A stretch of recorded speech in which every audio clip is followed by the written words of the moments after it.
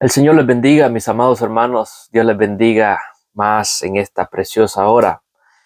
Quisiera compartir con ustedes una palabra que puede ser de grande edificación para nuestras vidas. Yo le he titulado Cuando las cosas no andan bien. Amén. ¿Qué hacer cuando las cosas no andan bien en nuestras vidas? Ya sea en nuestra relación con Dios, ya sea en nuestra casa, nuestro matrimonio, nuestro ministerio o tal vez en nuestros trabajos. Amén.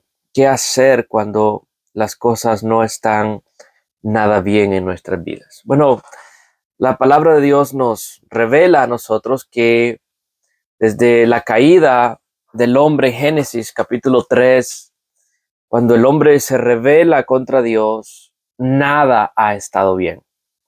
Sin embargo, Dios en su misericordia, Él ha prometido restaurar todas las cosas mediante su Hijo. Y a lo largo de la historia bíblica, el pueblo de Dios ha pasado momentos muy difíciles. Por ejemplo, tú tienes ahí el caso de el pueblo del Señor cuando estuvo en Egipto y fueron afligidos, dice la palabra, durante 430 años. Pero Dios envió a Moisés para llevarlos a una tierra mejor. De esa manera Dios eh, trajo consuelo, sacando a este pueblo que había sido maltratado durante tanto tiempo y llevándolo a una tierra buena. En el tiempo de los jueces, el pueblo hacía lo malo delante de los ojos del Señor. Por lo tanto, Dios los entregaba a sus enemigos. Y luego el pueblo clamaba a Dios y Él enviaba a un libertador que los salvara y de esta manera tenían paz nuevamente. Mis amados hermanos, en los peores momentos, Dios siempre ha estado allí para ser nuestro libertador. Pero hubo un tiempo cuando las cosas no andaban nada bien en el pueblo de Israel. Fue justo después de la cautividad cuando algunos sobrevivientes apenas habían regresado. Yo quiero que tú te imagines esta escena. Llegar a tu tierra, al lugar donde una vez estuvo tu casa, tu familia, tus hijos, tus padres, donde tuviste tus pertenencias, a ese lugar donde la casa de Dios estuvo, amén, pero ahora ya no había nada. Todo había sido quemado, todo había sido destruido. Cuando nosotros vemos Segunda de Reyes, capítulo 25, del 9 al 10, vemos mejor esta escena de la que te estoy hablando.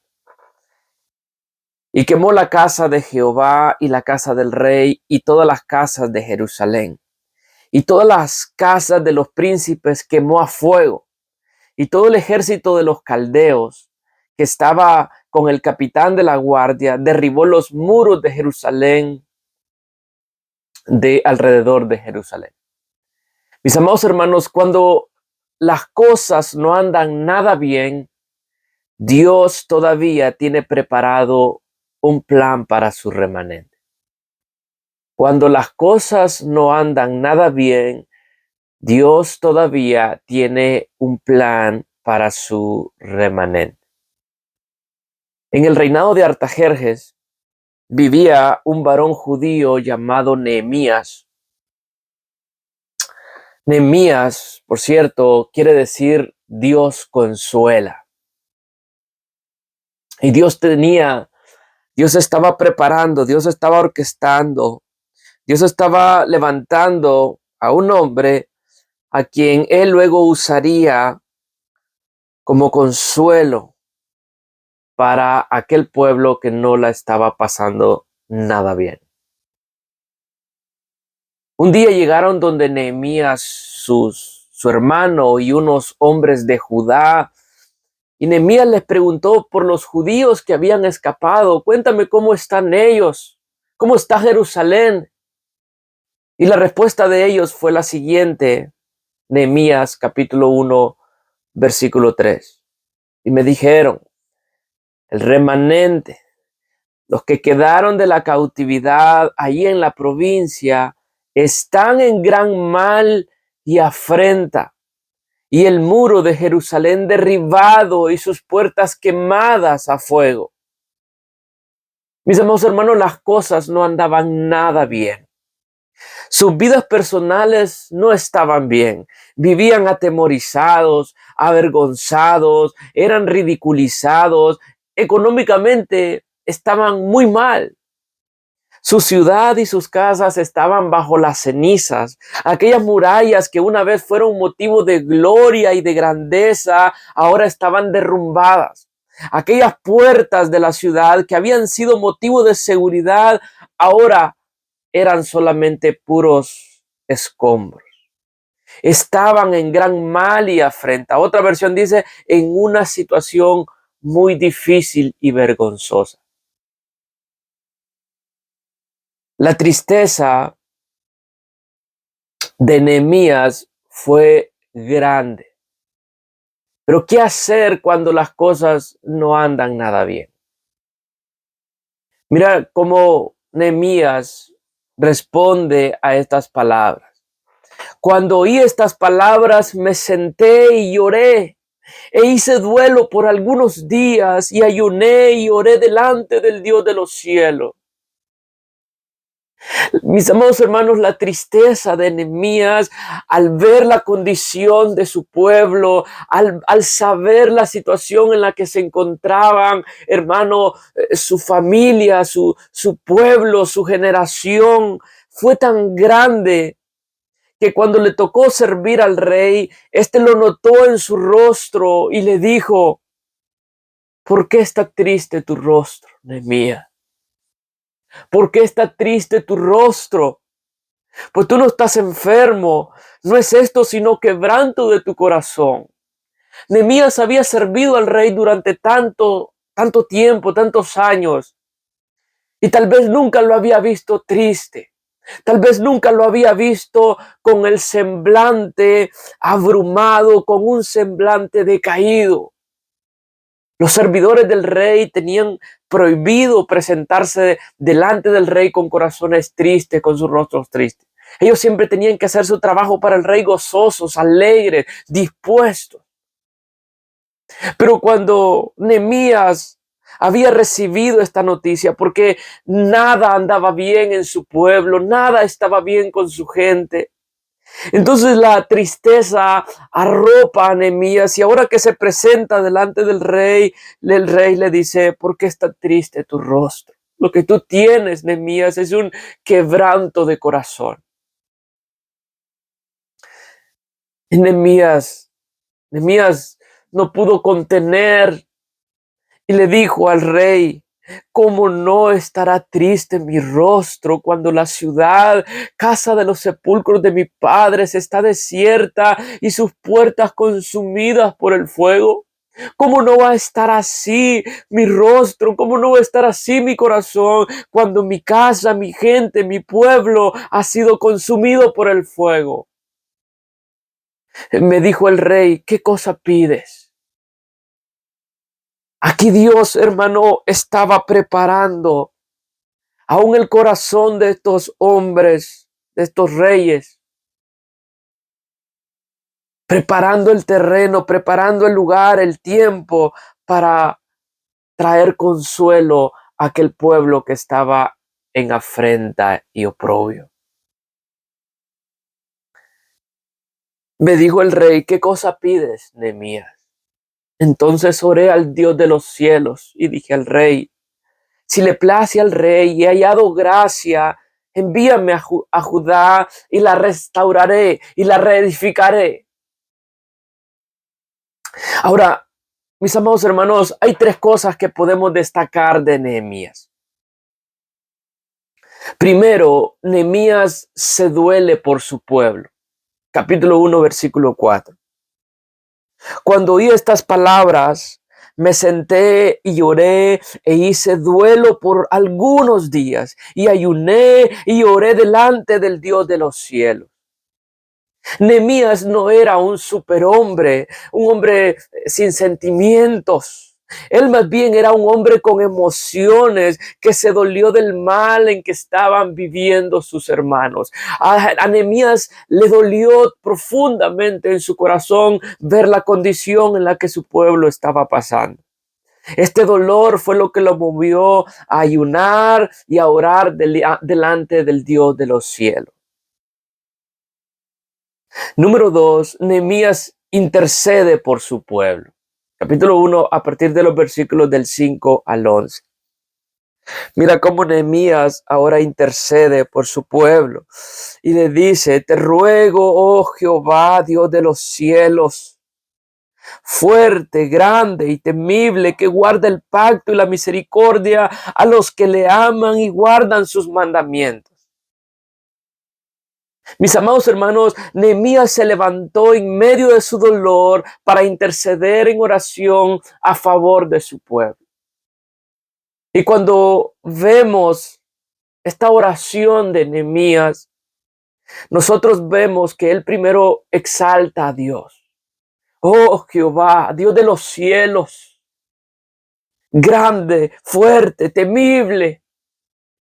Había este título de Dios de los cielos en medio del pueblo en donde vivía Nehemías, allá con los caldeos.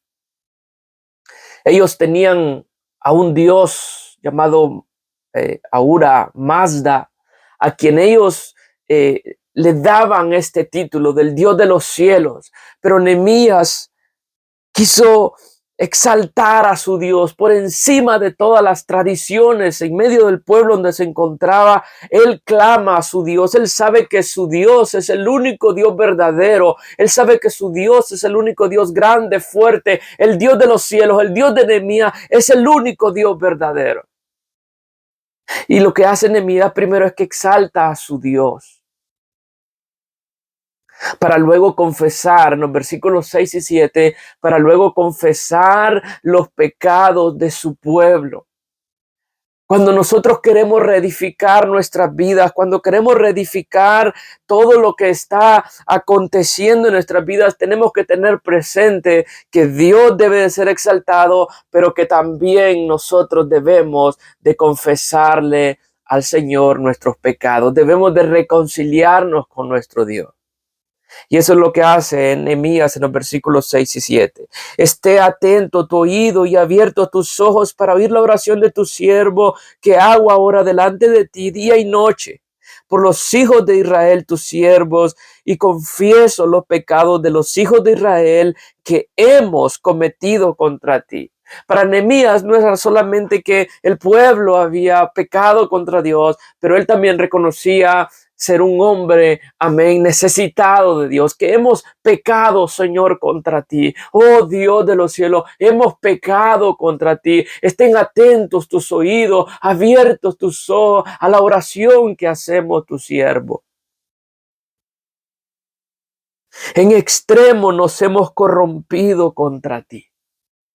Al el pueblo haberse apartado de la ley de Dios, al haber dado la espalda a los mandamientos de Dios, dice Nehemías, nos hemos corrompido contra ti y no hemos guardado los mandamientos, estatutos y preceptos que diste a Moisés tu siervo.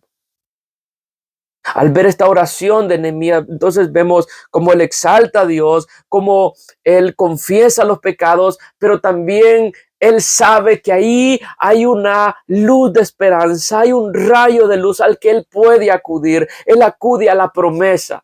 Y en los versículos 8 y 9 le dice Nehemías al Señor: Señor, tú has dicho en tu palabra, acuérdate de la palabra que diste a Moisés tu siervo, diciendo: si vosotros pecareis, os dispersaré por los pueblos, pero si os volviereis a mí, guardaré mi mandamiento y los pusiere por obra, aunque vuestra dispersión fuese hasta el extremo de los cielos, de ahí os recogeré y os traeré al lugar que escogí para hacer habitar allí mi nombre.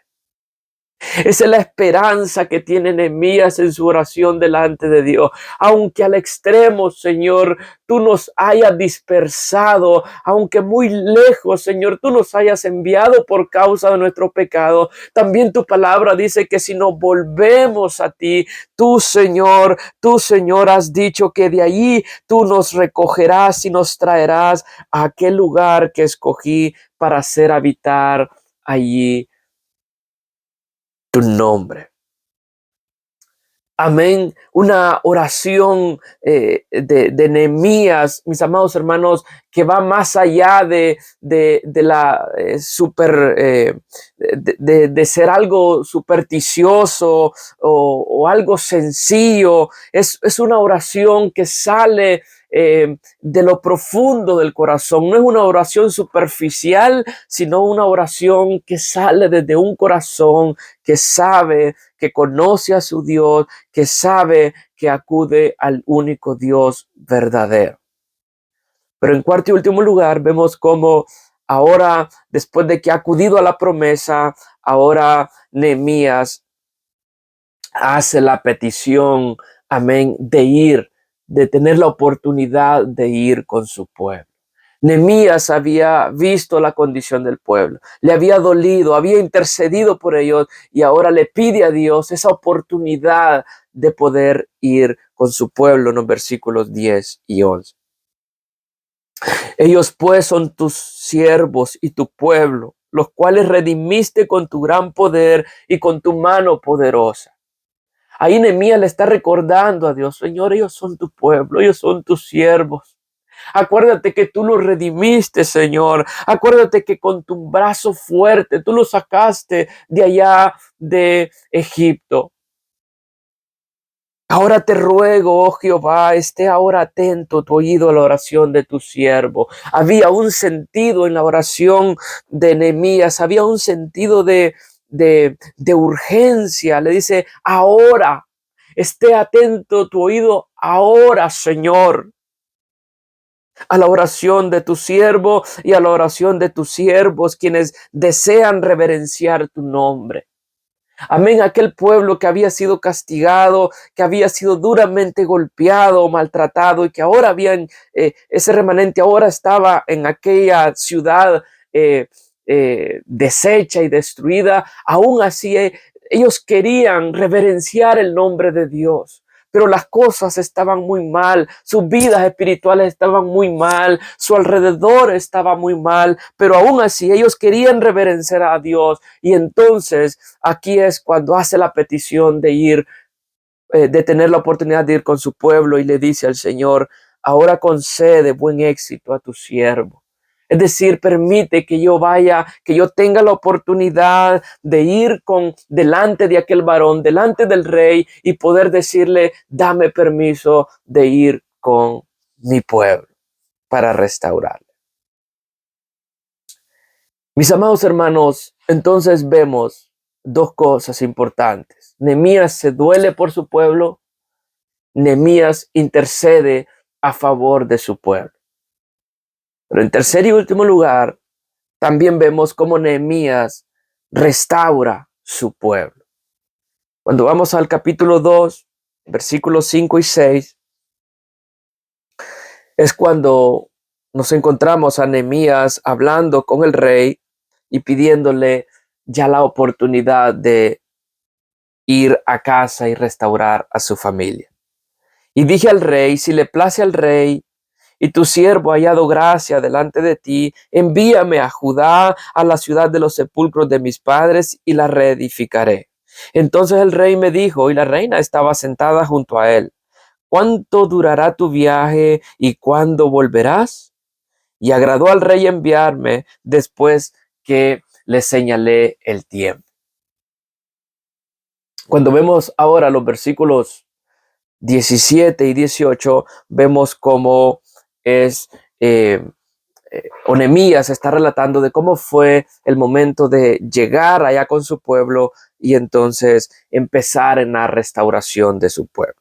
Versículo 17 del capítulo 2 dice, les dije pues, hablando ya con sus hermanos, con su pueblo, Les dije pues, vosotros veis el mal en que estamos, que Jerusalén está desierta y sus puertas consumidas por el fuego. Venid y edifiquemos el muro de Jerusalén y no estemos más en oprobio.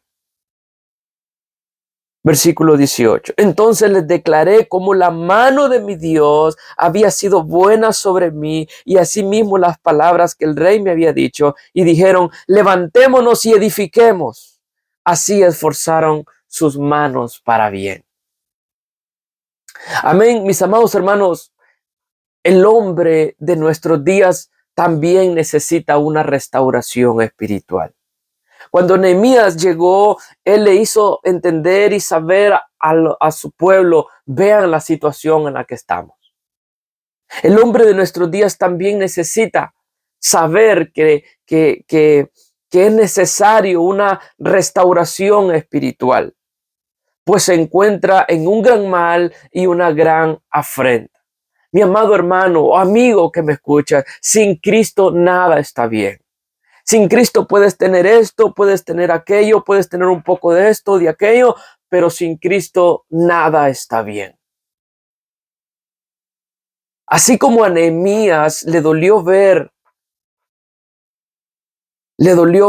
el estado en el que estaba su pueblo, también Cristo ha visto nuestro gran mal y nuestra gran afrenta. Tal vez tú piensas que nadie conoce tu situación. Tal vez tú piensas que has pasado desapercibido y tal vez de la sociedad. Pero el Señor conoce la necesidad y le duele la necesidad de su pueblo. Así como a Nehemías le dolió ver el estado en el que estaba su pueblo, también Cristo ha visto nuestro mal y nuestra afrenta. Mira cómo el Evangelio de Mateo relata cuando el Señor Jesucristo predicaba y enseñaba recorriendo las ciudades y no pasaba desapercibido del dolor de las personas. Recorría Jesús todas las ciudades y aldeas, enseñando en las sinagogas de ellos y predicando el evangelio del reino y sanando toda enfermedad y toda dolencia en el pueblo. Y al ver las multitudes, tuvo compasión de ellas porque estaban desamparadas y dispersas como ovejas que no tienen pastor. Nada estaba bien en la vida de estas personas. Pero el Señor, al verlas, tuvo compasión de ellas, porque estaban como ovejas que no tienen pastor. Así como Nehemías intercedió ante Dios por su pueblo, ahora también Cristo intercede por usted y por mí delante del Padre. Mis amados hermanos, si hay alguien que nos puede condenar, es el Señor. Él tiene el poder y la autoridad para declararnos culpables a nosotros. Sin embargo, en lugar de condenarnos el Señor, lo que hace ahora es que Él está intercediendo a tu favor y a mi favor. Y eso es lo que Pablo dice en Romanos 8:34. ¿Quién es el que condenará? Mas Cristo es el que murió, más aún el que también resucitó, el que además está a la diestra de Dios, el que también intercede por nosotros. Si hay alguien que puede condenarnos es Cristo. Pero Pablo le da la vuelta a la página, dice, pero el que nos puede condenar, Él es el que murió.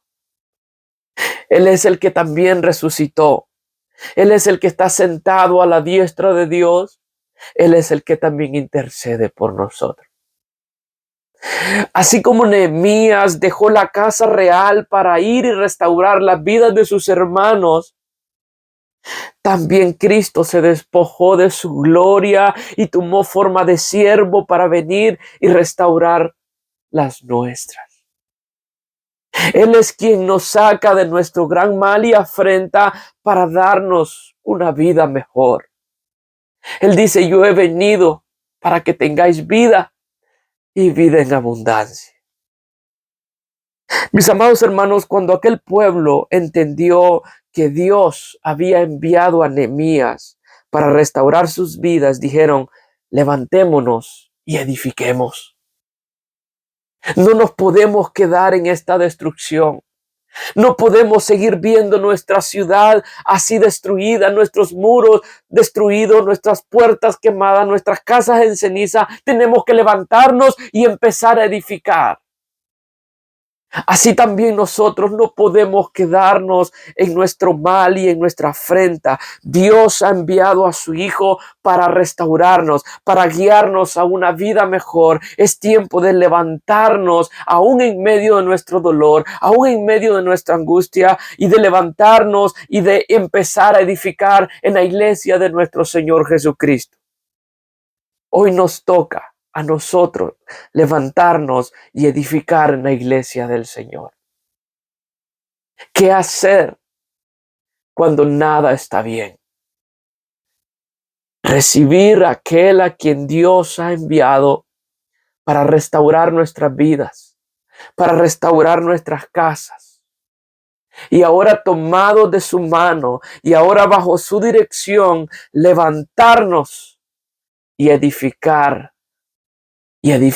la iglesia del Señor. El Señor te bendiga, mi amado hermano. El Señor sea trayendo el consuelo, trayendo al Nehemías que necesitas en tu vida. Dios ha enviado a su único Hijo para que por medio de él nosotros seamos salvos, para que por medio de él tú y yo seamos restaurados. Ahora solo nos toca levantarnos y edificar. Levántate y edifica. Dios te bendiga.